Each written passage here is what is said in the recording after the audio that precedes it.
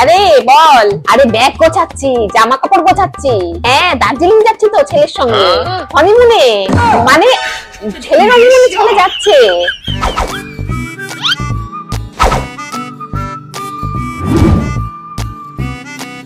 কোথায় নিয়েছো?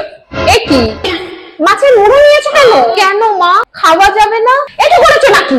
না, এটু করিনি। তুমি রাখো, তুমি রাখো। ঠিক আছে। জিজ্ঞেস তো করবে নাকি? তুমি জানো না আমার ছেলে মাছের মুড়ো খেতে কত ভালোবাসে? আমি এটা ওর জন্য রেখেছি। কিন্তু মা, আমিও তো মাছের মাথা খেতে খুব ভালোবাসি। আরে ভালোবাসো ঠিক আছে, যেদিন দুটো মাথা আসবে সেদিন তো। ঠিক আছে মা, ভুল হয়ে গেছে।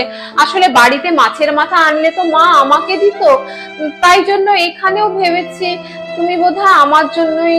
ছেলে আমার মাছের মাথা খেতে কত ভালোবাসে। ঠিক আছে, আর খাবো না। এরপর দুটো আনলে তখনই খাবো, আর নয়তো বাড়িতে গিয়ে খাবো। আজকেও তো ফেভারিট লুচি আর আলুর দম করেছে, তাড়াতাড়ি চলে আয়। আজকেও লুচি? মা, সেই কবে থেকে তো লুচি খাওয়া হচ্ছে, আর বিয়েতেও এত খাওয়া দাওয়া হয়েছে, এবার সকাল সকাল রোজ রোজ এত লুচি খেলে তো শরীর খারাপ করবে। কি আমার ছেলেকে আমি কি খাওয়াবো না খাওয়াবো এখন থেকে সেটাও তোমার কাছ থেকে শুনে নিতে হবে, তাই কি? আমি সেটা বলিনি মা। বউ আছো, বউই থাকো, মা হওয়ার চেষ্টা করো না। মা ছেলে মাঝখানে একদম আসবে না। আয় বাবু, খেয়ে যা।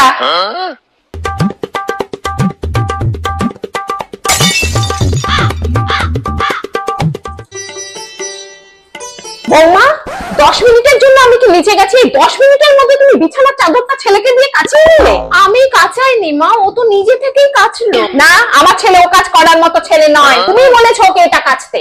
আমি কিছু করিনি, আমি বলিনি ওকে কাচতে।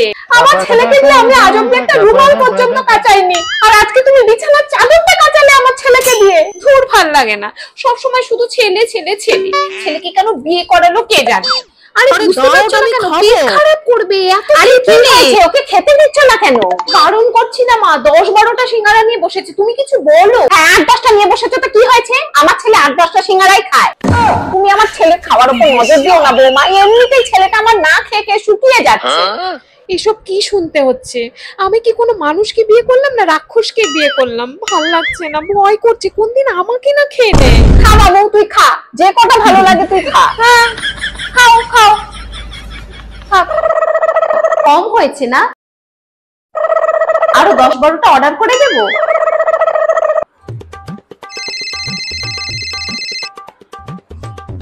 আরে বল। আরে ব্যাগ গোছাচ্ছি, জামা কাপড় গোছাচ্ছি।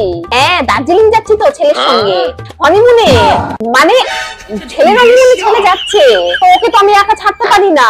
20 বিঘা হলে তো তবু কথা ছিল। ওই পাহাড়ি দেশে যাচ্ছে, শুনেছি ওখানে নাকি খুব ঠান্ডা। জানিস তো আমার ছেলেটার কিরম ঠান্ডা লাগার ধার, কথায় কথায় ঠান্ডা লাগে। তো ছেলেকে একা কি করে ছাড়ি বলতো অপরিচিত একটা মেয়ের সঙ্গে? আমার ছেলে ঠান্ডা লাগলে কি খাওয়াতে হয়, কখন কোন ওষুধ দিতে হয়, এগুলো তো ও জানি না, এগুলো তো আমি জানি। আমাকে তো যেতেই হবে। ওই পাহাড়ে যাবে, নির্ঘাত ছেলে ঠান্ডা লাগবে। বলেছিলুম অন্য কোথাও যাবে না। ওই মেয়ের পাহাড় পছন্দ, ওই জন্য পাহাড়েই যাবে। আরে কে কি বললো তাতে আমার বয়ে গেল, আমার ছেলে আমার কাছে আগে। নিজে মানুষরূপী একটা ভেড়া, সেটা যদি আগে জানতাম তাহলে পাড়ার ওই পল্টুকেই বিয়ে করতাম। ভেড়ার মতোই সারাক্ষণ ম্যাঁ ম্যাঁ করে, কোনো কথা তো বলতে পারি না। না না, এবার আমাকে বলতেই হবে। মা,